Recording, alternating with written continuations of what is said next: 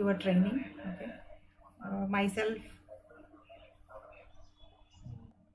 Yeah. Am I audible now?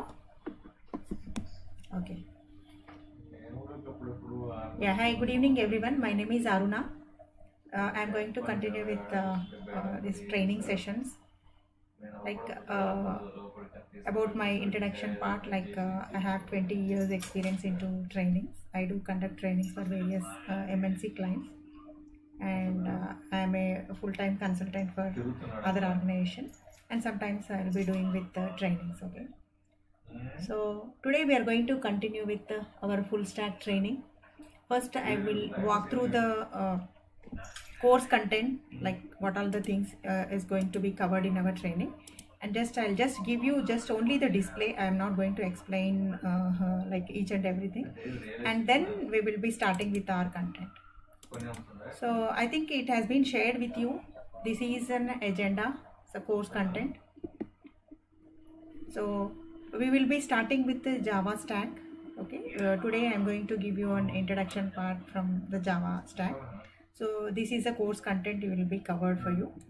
And coming to the detailed content, if you can see into Java stack. So we have the concepts like the submodules, core Java, JDBC, and then Maven, servlets, Java server pages, and then Hibernate framework, Spring framework, which has many modules, and then web services development, Spring Boot, and DevOps. And this is about the backend implementation. Coming to the front end, like we have two different streams called, one is React stream and the other one is Angular. Okay, the React stream is the course curriculum is called as MERN stack, and then for Angular it is going to be Mean stack. Okay. And then for starting with any of the web development, any Angular frameworks or any JavaScript frameworks, we need the prerequisite called web programming, web fundamental, that is HTML, CSS, JavaScript, and Bootstrap. So this is going to be our the course curriculum, and today we are going to start with the Java stack. And very importantly, like I would like to give few instructions before I'm going to start with the content. Let us make our session more interactive, and if at all, if you have any questions, you are open to ask. We will have some every day like 10 minutes time for Q&A, maybe at the beginning of the session or at the end of the session. And feel free, all of you, to have any queries, and let us make our session more interactive and more beneficiary for you guys. Best utilize the resources provided. And coming to the materials and the content and any assignments provided to you, keep on track. Try to complete the day-wise task, whatever is assigned. And like the materials will be provided. Let's say if I am discussing some concepts on the day, so whatever PDFs or PPTs I am discussing with, or whatever the Word documents I am using with, will be shared, and you can utilize that. And also, not only just attending the session, you can spend some time to work on these topics, so that you can be prepared for the next upcoming session. And always, like it is not like 1 hour sufficient to learn with this vast syllabus, that is Java full stack. Definitely you have to put an effort, at least 1 or 2 hours more after this session, for going through the materials, for getting a very good understanding on the concept. Once again, you have to read the concept, and then you need to do the examples at the hands-on, whatever we are doing during the session, and you need to try to solve the more number of assignments on the same topic. That is how you can proceed. And it is always suggested, like to attend before any session, like better you go through the topic is going to be covered with, and you can have some reading and you can attend the session, so that you can have you can post some queries for having a good understanding. That's all my way of like a training I wanted to explain you, and let us continue with.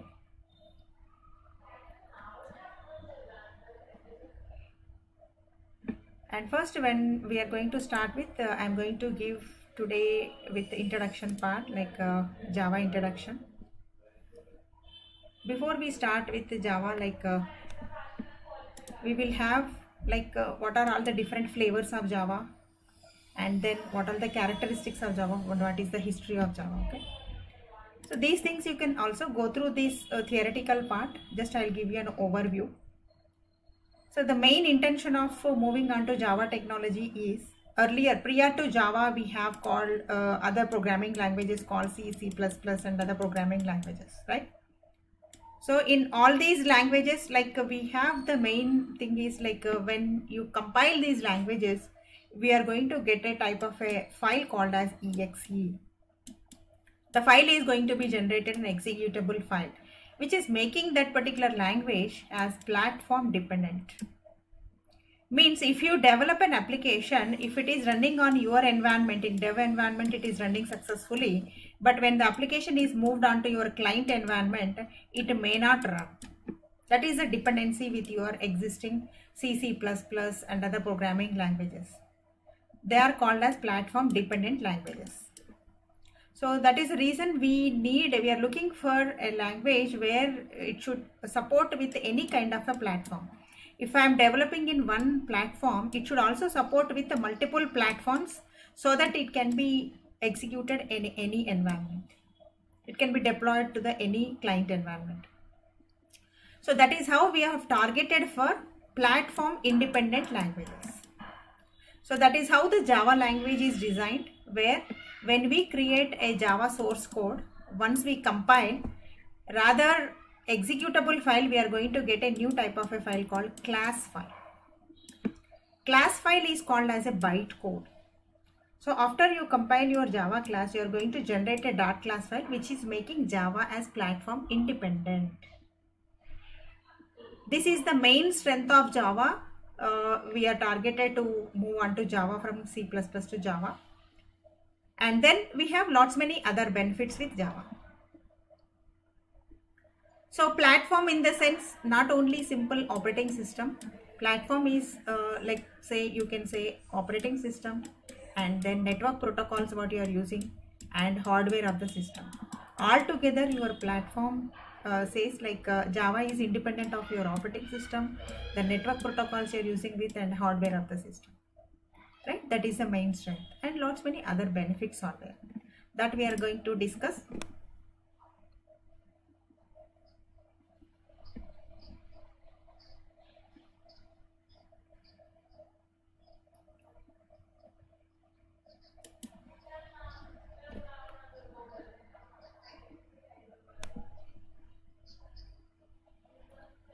Yeah, I am going to share the screen.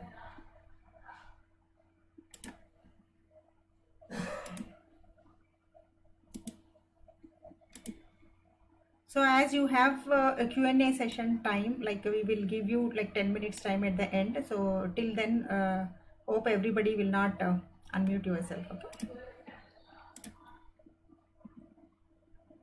So why we are starting with Java, I am just explaining with.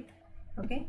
So the main target to move on to Java is platform independency. While we develop an application, we wanted to go with the independent of your operating system, network protocols, and hardware of the system. Suppose you are developing an application in your environment, in your development environment it is working, but in the client environment it may not work. That was the dependency with the previous earlier languages called as your C, C++ and other languages. So Java is targeted mainly for platform independency. Means your application, if you develop in one environment, it should support with any other environment for execution. Let's say you are developing in Windows, it should run on Mac, or it should run on Unix, Linux, or any other environment. That was the independency we need, so we targeted for platform independent languages, so we are moving on to Java. This is the main intention moving on. And the other thing is, let's say in C, C++, okay, C is mainly procedure oriented languages, C++ is object oriented languages, but the dependency was platform dependency, so we are moving on to Java. So we can say Java as a superset of your C, C++. Okay, It means still in Java we are going to make use of some certain language basics of C, certain OOPS concepts of C++, right? So those who are coming from C++ background, any in IT professionals, okay, they can easily migrate from C++ to Java. If you have a base knowledge of C, that is enough. And when we are starting up with Java, the main thing is Java is a pure object-oriented programming language. So which is mainly suitable for your business applications. Whereas your C language is basically suitable for system development, means to develop with the system software, not the business softwares. So why it is so? In C programming language, mainly your structure of your programming language, if you can see, and the programming methodology, if you see, it is following procedure oriented programming system. So in procedure oriented programming system, when you write your application, the flow of your application, okay, it starts from top to bottom, and here the data is stored somewhere in the different area of your memory, and your program and functions are going to be stored in a different location. So there is no close binding between the data and the functions in procedure oriented programming system, where we cannot achieve the security, we cannot achieve the reusability, we cannot achieve the data hiding or data implementation. Is not possible. We cannot encapsulate the things at one location. So those features are not possible, which is not suitable for business application development, where we need to hide our data, where we need to hide our functionality, right? So because of that reason, we are moving on to from POPs to OOPS. So in object-oriented programming system, most of the people who is coming from technical background, they will be aware of OOPS concepts like in C++. Anyway, we are going to have sessions on OOPS as well. So in object-oriented programming language, we are going to achieve mainly data binding. Data and functions are binded together and encapsulated into one unit. We are calling it as encapsulation.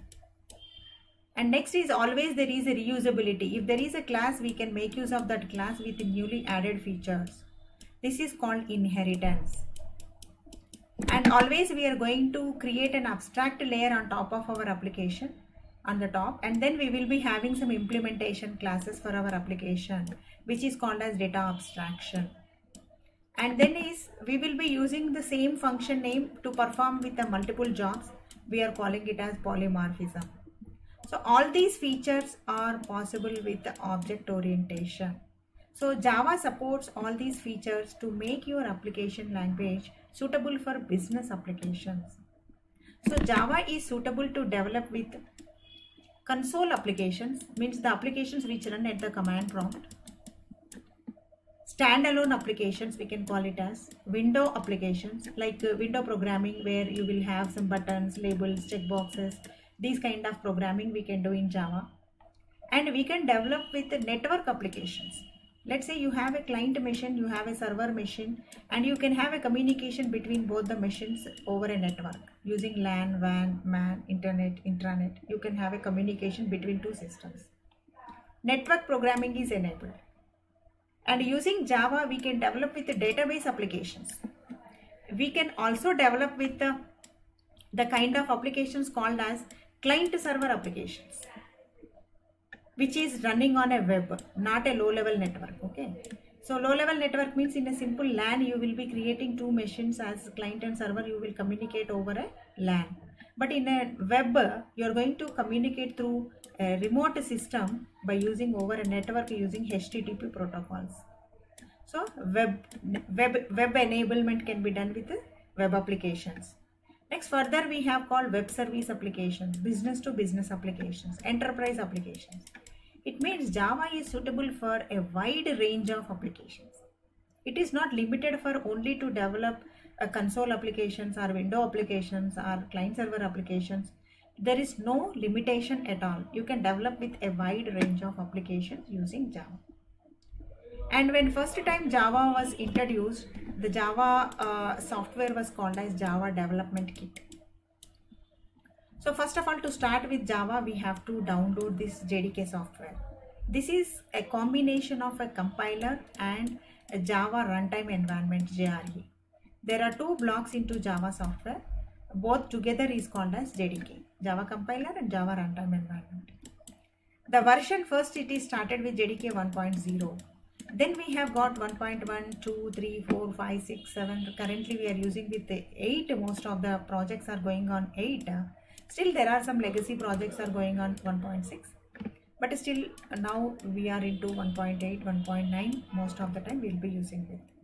But still Java 10, 11 also is already released with. So from 1.1 onwards, the Java versions is called as Java second edition. Okay, Java second edition we call it as, okay, and the Java second edition is having mainly 3 flavors, 3 modules: J2 SE, J2 ME and J2 EE.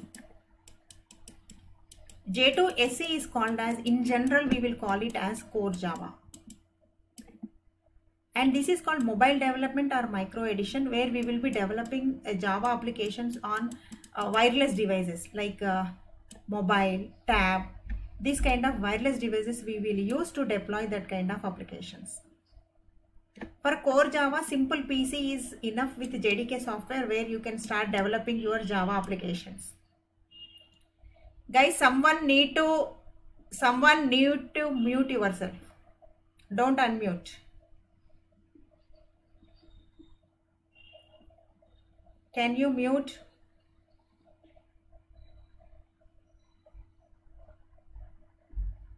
Can you check, all of you?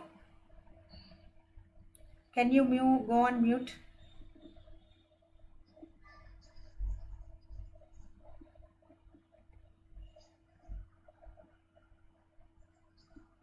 Yeah.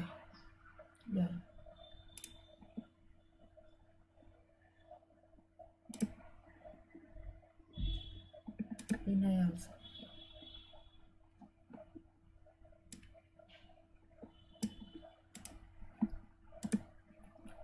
So now we will be developing the Java applications on the mobile devices, which is, that edition is called as micro edition or a mobile edition, J2 ME. We will not be learning this. This is a separate topic, separate module. J2 SE in general we call it as core Java. Most of you guys have already heard about this module called core Java. Then is called enterprise edition. Enterprise edition is where we will be using with a server system. It means server means which is having some higher capabilities like your server, your processor, okay, your system configuration should be higher level. And here for J2 SE only JDK software is enough to practice with, to start developing your applications. But in J2E we need JDK plus you need some additional servers called as web server, app servers, database servers. You need an additional setup to start with the enterprise edition. First we will be starting with the core Java, right? This is about the software requirements for Java development.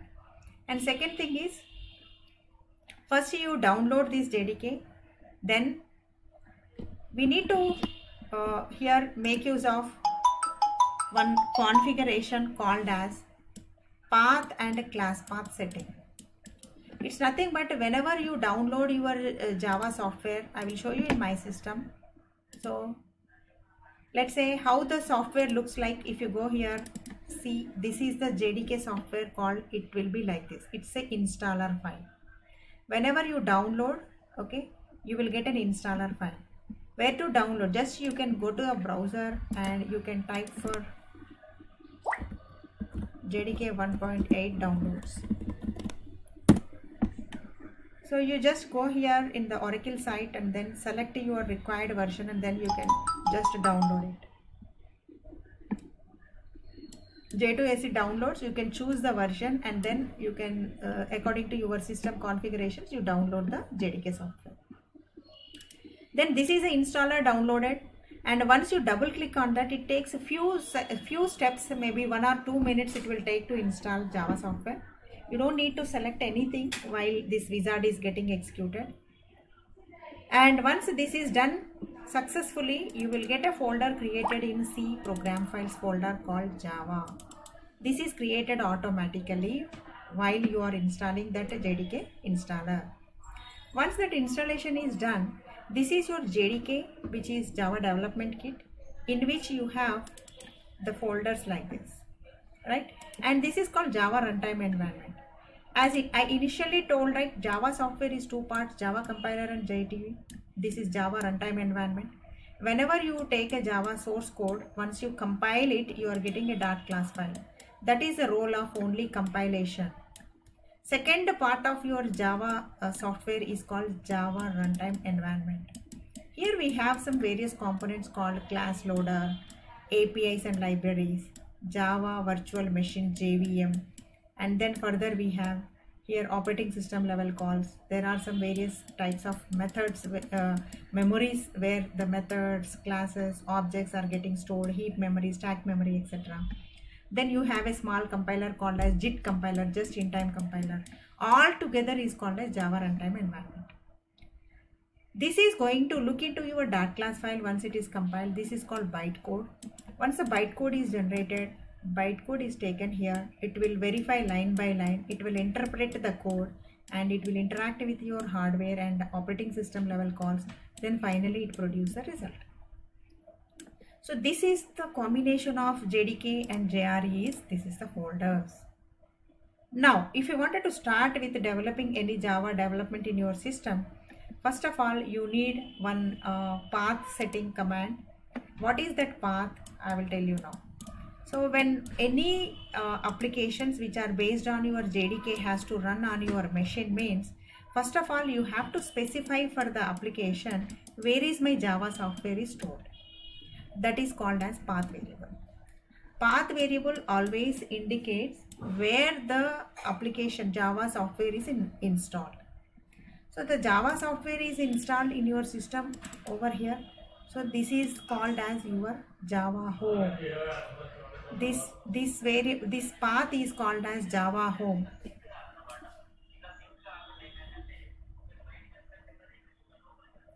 So Java home is nothing but it is going to show you where exactly the Java is installed. So where to set that home? You just go to path, okay, properties, advanced system settings, environment variables. You can find various links for this, like to how to set the home and path variable of Java, right? Once you go to this place, here you can just say new. If you are setting first time, the variable name will be Java underscore home. This is called as a home path. Okay, means which indicates where the exactly Java is installed, and you need to give the path. The path should be the path where the Java installation is available. This is called path setting, but in my system it is already there. If you can look into here, Java home, I will edit this. I will show you the path. It is already there. You have to mention that Java home. Next thing is called as path variable.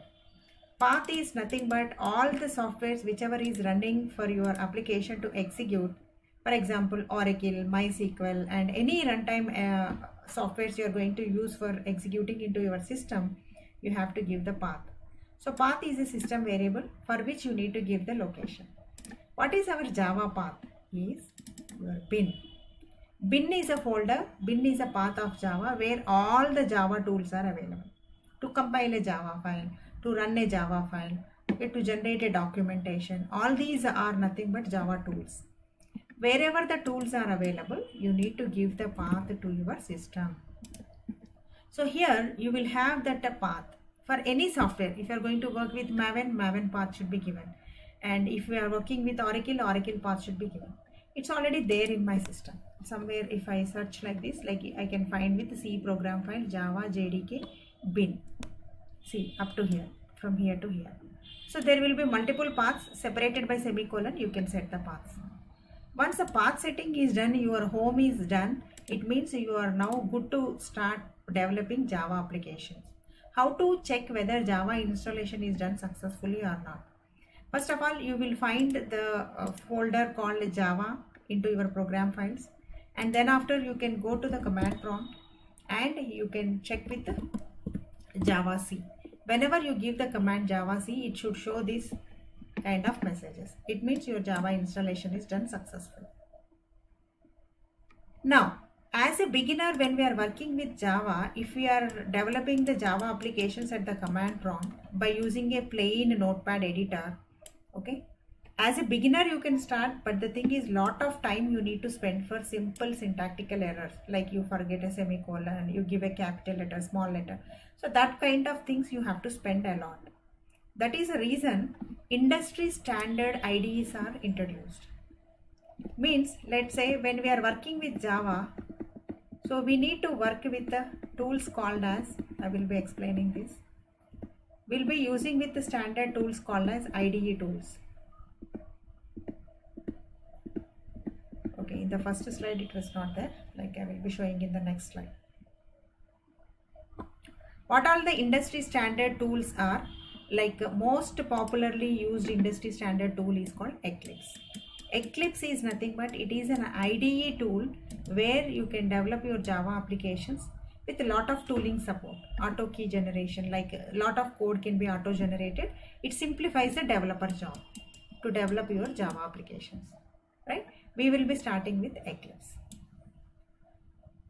To save our time and also to practice towards your industry, so that when you go for interviews it is easy to understand the interview based questions or any hands-on required. Okay, so you will be directly working on this IDE tool, means like you can get more real-time experience. So that is how we will be starting with Eclipse. This is about software setup and setting up your tools ready for Java's execution. And in the slide it is explained about the history. Initially it was termed as Oak language, then 1995 it was renamed as Java. And we have, these are all the version. Every version have some improvements, like every edition, like 1.3 to 4, 4 to 5, then 6, 7, 8. Currently we will be working on Java 8 features, and the versions is mentioned here. As I explained, like what is J2SE, J2EE, J2ME, it is explained about the 3 flavors of Java or modules into Java. And then Standard Edition is suitable to develop a client-side applications. Enterprise Edition is server-side application. This is for especially for mobile devices based applications, mobile gaming, mobile applications, any kind of charting or any banking related apps to develop. We prefer to use J2ME. And this is a Java 2 platform with various modules, various APIs and libraries available into Java. Right, we have for each and every module we will have some specific library that is displayed here. Don't get any confusion by looking into these many modules here. And coming to the characteristics, like we call it as Java is simple. Why? Because all the features are derived from C, C++. So it looks like simple English language, and most of the language basics are from C, C++. Those are coming from C background. It is easy to learn Java. And it is object oriented. As I said, it is best suitable for business applications to develop, where we can achieve the security and where we can also achieve with the reusability. When we have some functionality, if we wanted to improve the functionality in the implementation classes, it is easy to use with all the concepts called encapsulation, inheritance, abstraction and polymorphism. We will be looking into detail, okay, in coming sessions. Java is distributed. It supports with remote application development. Suppose if a Java application is running in a remote machine, whenever you have deployed some application in a remote system, it is easy to invoke from some client machine. You can call the application, you can get back the response. So always it supports the distribution. It is interpreted. So interpretation is nothing but always your Java code is interpreted line by line. Rather compiling the whole program at once, it is going to look into line by line. JVM is interpreted. And robust. Java is called as robust. Why? Because in Java programming language, the main 2 techniques called as, one is garbage collector, second is called exception handling. Means when you are working with Java, you will be under execution and you will be creating lots many objects.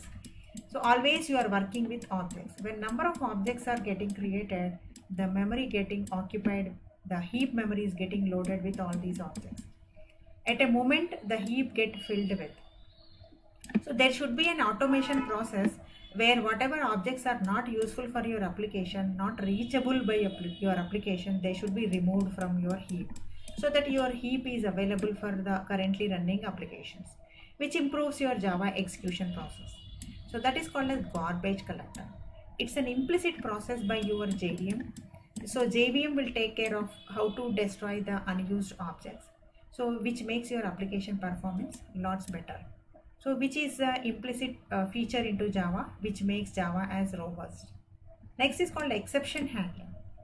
There is some exceptional situations present in the code due to which your program may be terminated suddenly. For example, sometimes in your C code you might have observed in the screen, you will get all the numeric digits displayed on the screen and suddenly system get hacked. Just you need to restart your machine, otherwise you can't do anything. Such a situation is called exceptional situation, exceptional condition. There may be some exceptional code present in your code due to which your program is getting terminated. So if this is the case, if you are going to develop a code with thousands of lines of code, very difficult to understand where is that exception present. There should be some exception handler. There should be some exception handling technique to overcome such situation. So that is called as exception handling mechanism, which is introduced in Java. It is supported by all the other languages, but first time when Java was introduced, it was introduced into Java, which makes Java as robust, which makes Java as more powerful. Any kind of exceptional situation, we can handle it in a well-defined manner. That is called exception handling. What is exception handling? How we are going to achieve it, we can see in detail in the upcoming sessions. Java is secure. So in many ways we can justify that Java is highly secure, like data security wise and also with the implementation wise. So it is highly secure. Architecture neutral means Java language, like here you are developing with your operating system as Unix or Linux or Xenix in the development environment, but in the production it may be in any other platform. Still it works. There is no dependency. Like the kind of server what you are using here, even if you are using with a different server, still your program runs. So your Java applications are platform independent, server independent, application independent, right? So that is the strength of your Java, and it is easily ported. So as it is architecture neutral and as it is platform independent, it is easy to port from one machine to other machine. And Java is performance wise, it is very high. It means Java has some other features called as multi-threading, due to which you can run your applications parallelly by the number of multiple threads, using which you can reduce your response time for the client. If a client is waiting for a response from the system, so because the same task can be divided into multiple threads, can be executed parallelly, so we can get executed that response within a lesser time than if one single thread is doing the job. Let's say a simple for loop is printing 1 to 100, it is taking 1 minute time. For say, if you are dividing the same task by 2 threads, by the time first thread is starting from 1, 2, 3, 4, 5, second thread will start from 51, 52, 53 like that. So within half of your total time, your task is completed. That is how you may implement the same application by 3 threads or 10 threads, so that in 1/10 of time you can finish your task. So that is called multi-threading. Using multi-threading, your Java has become more dynamic and more performance is increased. And also you can best utilize the resources. Means let's say you have nowadays hardware improvements can be done in a rapid way.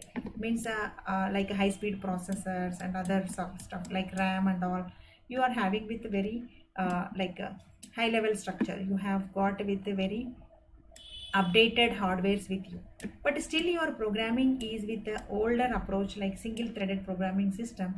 There is no use of your high-speed processor, right? At the same time, you have to best utilize your resources. You have to best utilize your processor time by your programming methodologies. So if you can make your application to run with multiple threads, all the threads are running parallelly and sharing your CPU time, and you are reducing your response time. If you give a program to execute within a fraction of seconds, you are getting the output, then it is more performant, right? That can be achieved with Java. It supports with the multi-threaded programming language. It is dynamic in nature. So dynamic in nature is nothing but, let's say you are working with some secured application, banking application. You are going to enter your banking credentials to your application which is running on Java. It is purely dynamic. As soon as you give data, then object is created dynamically. And you get processed with your operation, means maybe withdrawal, deposit, any operation you did. Once your operation is done, your data should be destroyed dynamically. Nothing should be stored statically. If it is something is storing statically, means your application is not secure, right? So it should be dynamic in nature. So our Java is dynamic in nature because of object orientation. This is all the striking features of Java, using which we can prefer Java for web development, and we prefer to use it. And to develop the Java applications, mostly we will be using with okay, as a beginner, very first day you can do with Notepad, but we can't stick to Notepad because lot of support and lot of possible errors may be arise. So that is the reason we prefer to use any one of these IDEs, out of which Eclipse is the most popular one. So this is the Eclipse IDE tool, integrated development environment tool, where we can start working with creating Java projects. Similarly, dependent on the client, some clients they prefer to use with IBM RAD, some clients will use with IntelliJ, some clients may go with JDeveloper, NetBeans. Okay, all are open source. You can freely download it and then you can start working with that. So you guys can go to this link, Eclipse downloads, and take the updated version, latest version of Java. So while choosing your Eclipse, you just go for, okay, as we will be continuing after this core Java with enterprise, so you can say that Eclipse downloads for JEE developers. Because there are various versions for Eclipse, there is some Eclipse only for Java developers. It will not allow you to develop web applications, so go for JEE developers. So with this edition, okay, you can start working with both core and also web development. So here you can see, you can download this. Once you download, okay, you will be getting this kind of IDE tool where you can start developing the Java applications.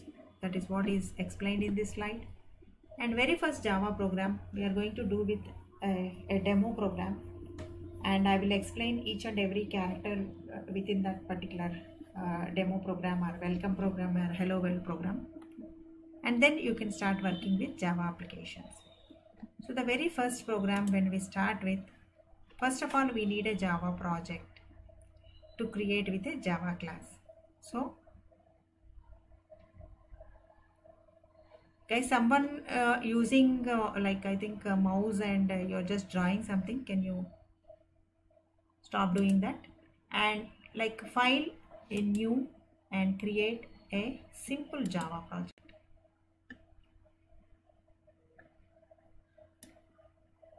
Here is a Java is a group where you will be creating with a Java project.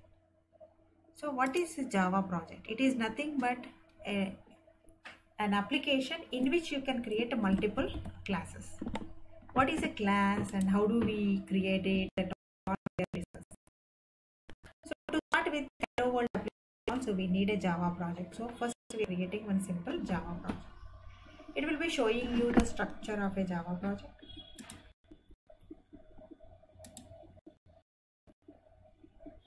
Once the project is created, you can observe here the structure of your project, and the name of the project is created with the given name, and this is going to be like, it will show that what is the runtime environment needed for creating a Java application, right? This is your J2SE we are using. I told that JDK software, right? We are going to use with Java 8.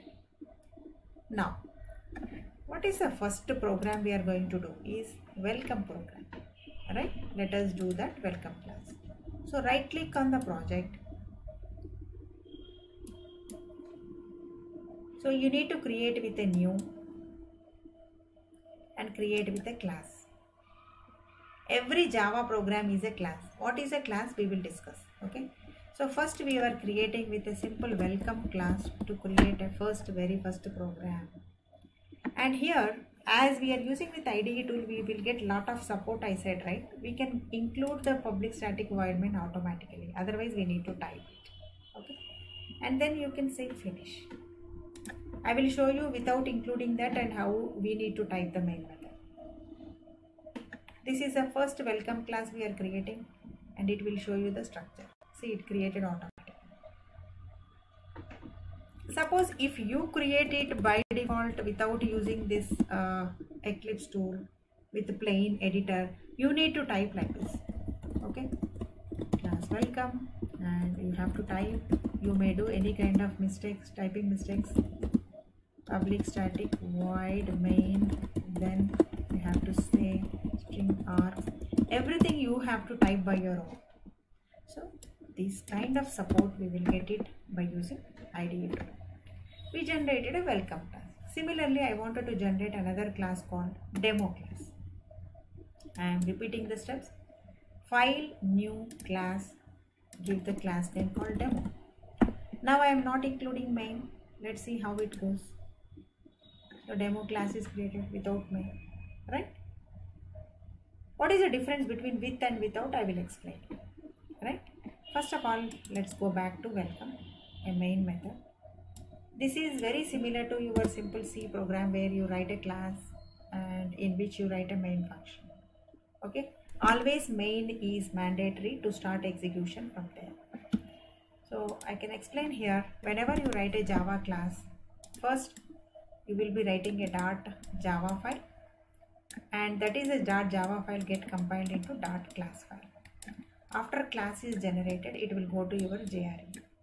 In the JRE, JVM will look into your .class file line by line, and then it will interact with operating system and hardware, then give the result.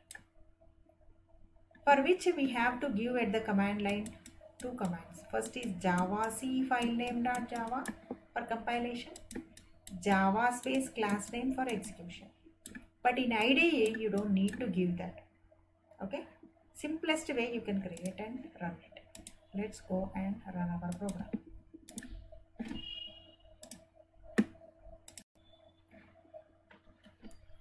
If I wanted to display some message on the screen, first of all, I have to write like this: system.out.println. What is this system.out.println? I will explain you. First, let us just display a message called welcome. And here I am typing everything, okay, system.out.println. But there is a shortcut I will show you, okay, sysout, control space bar, it get created automatically. Sysout plus control space bar. So you can explore on the type of shortcuts we will be using here, so that it is easy and it will make your application more faster. So when you give this, automatically it is generated. Just you can type here like welcome one or welcome again, right? So simply I have written simple two messages. One is welcome, one is welcome again. And how do I compile and how do I run it? Simply right click. There are many ways to run it. Run as Java application. So there is a console. It is going to your output in the console. So this is the output. Here also you can right click, run as Java application. You can run it. Here also you can use this button, run again. Multiple ways. You can also use with a shortcut called, okay, run Alt Shift X J. This is also you can use. So this is how you can create a simple Java class with the, okay, every Java class is a class. Every Java program is a file with a welcome. Now where to see this file, how it is getting saved? See here, always the extension is .java. Now I will go to this app1. I wanted to see where is my file. Okay. So now I will go here in the physical folder. When I go here, let's say in my E drive, okay, the folder called SkillReach, in which the application is created with app1. This is our project get created. within which src folder the two classes are created. See, the extension is .java. And whenever we run this application, you can observe here in the physical folder, when you go back, in this folder there is a bin folder get created. In the bin, dot classes are created. So this dot class itself, as soon as you compile it, a dot class is generated. This is called bytecode. This bytecode can be given to any other system. They can run it directly without compiling. They can run it again and again.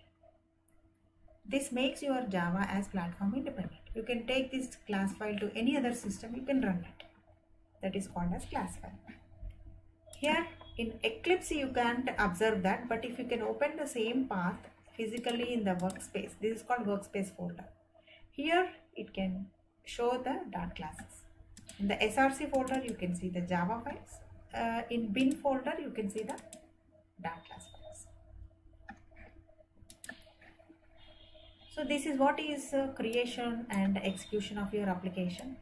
Every Java file is a class. Without class there is no Java program. Okay. So why we are making it as public? Class is a keyword, it's mandatory. Name of the class can be anything. I can give demo, I can give X, Y, Z, anything. So I am creating a class welcome, but why it should be public? So JVM is a tool which is looking into your dot class for execution, right? When JVM has to call your main function to execute that. So when somebody has to call my function, it should be public. Otherwise, external program cannot call this. If it is public only, it can call. So it should be public. Even if you don't write public, by default, treat it as a public. And when you have a main function only, you can run it. Means you can execute it. So main is mandatory for execution. To get the output, when I run it, I am getting the output, right? Suppose if I have a demo, can I execute this? Let me check. Okay. Still it is running only that main. Wherever main is there, JVM will run that file only. This demo cannot run. Okay. This is also a class. But what is the purpose is, it has to be called by other class. Means within welcome we can call demo. But demo itself is not executable because it doesn't have main function. If it has a main function, it is executable, right? Let us say I wanted to write sysout control space bar. Okay, I wanted to write first of all some function should be there to call something from a class. Okay, that is sysout. I am calling. Okay, in demo class. Right? I have a function I wanted to call, I wanted to display this. Let me check whether I can run it. Run as, I can't run it. There is no Java application. JVM is not detecting your file to run. It is not showing in demo class because there is no main function. So what is the purpose of main function? Main function is for execution. To run we need a main function. Next. Java execution starts from main. This is the entry point. You can say it as entry point for execution. So your entry starts from here to here. Okay. Now, why it should be public? Again, it is called by JVM, so it should be public. If it is not public, JVM cannot access this. Second thing is static. Static means we will learn in detail. Some function has to be called means directly it should be called means it should be static. If not, first of all we have to create an object, then only we can call it. That's the reason it is static. Void means after execution of this main function, it will never return any value back to your JVM. When some function is not returning any value, it should be void. If some function is returning some value, that data type we will give. Either it is number, character, string, we will give it. Then this is a function and followed by, what is this I will tell you. This is command line arguments. Means whenever we wanted to send some data at command line as a key information, we use this command line. And coming to display any message on the screen, we will use a system class. Out is an object, println is a function. Only with this we are able to print anything. Let's say for example, I am declaring some variable int a equal to 10. I wanted to print a value. So I can say that sysout a. Now it can print a value. Okay, anything to be printed, to print a message or to print a value of a variable, we use system.out.println. Right? This is the class with the main function which is executing first time, very first hello world program. This is what is explained in this PPT. Like how do we create a class first of all, and what are the different components of a class. If we are running at the command prompt, we will be running like this: java space file name .java. To run it, java space file name. But when we are working with Eclipse IDE, we don't need to give that commands. Directly you can run with the editor commands. And when you compile this class and we are going to run with, there are some internal steps are executed here. So what is the steps involved is, first is whenever you write a class, first the source code is get compiled. Whenever it is compiled, it is going to generate a .class file. So that is going to be like this. That is called as a bytecode. And whenever you say run it, then the bytecode is translated into your output and it is going to give you the result. So let us see. Let's say here I have a demo class and welcome class. So here we created a Java file. Java file looks like this. This is your Java file. But what is a .class file contains? You can see it's a purely encrypted file, highly secure. So nobody can look into your data even if you are sending to some remote machine. If you can open with Notepad or WordPad, you can see it's a complete encrypted file. This is called bytecode. .class file is called as a bytecode. So it is safe to send Java application to any other machine because nobody can see your source code. Nobody can modify your source code. That is what is the steps involved into your application, this .class file. And coming to what is the purpose of main method, what is the syntax of main method, okay? And here it is explained what is system.out.println, how it is going to display the data, and then what is the purpose of creating a path variable. It has to mention with all the tools available in which folder. Then is how to compile, how to run. Very first program. And there are the language basics for Java application, like what are all the, how to give the comments, and then what are all the keywords we are using. Okay, let's say there is a static keyword. You can't use it for different purpose. You can't use void for some other purpose. You can't use class for other purpose. They are defined for certain purpose. We have to use for the same purpose. Okay, and how can we give a comment? Single line comment is this. Suppose I wanted to give multi-line comment, then I give this. It's a multi-line comment. So this is what is the comments. And further we will be discussing with what are all the different types of operators are there, what is a reserved word, okay, and then how do we write blocks, begin and ends, what is the main method. Those things comes under language basics. So here it is explained with the class structure.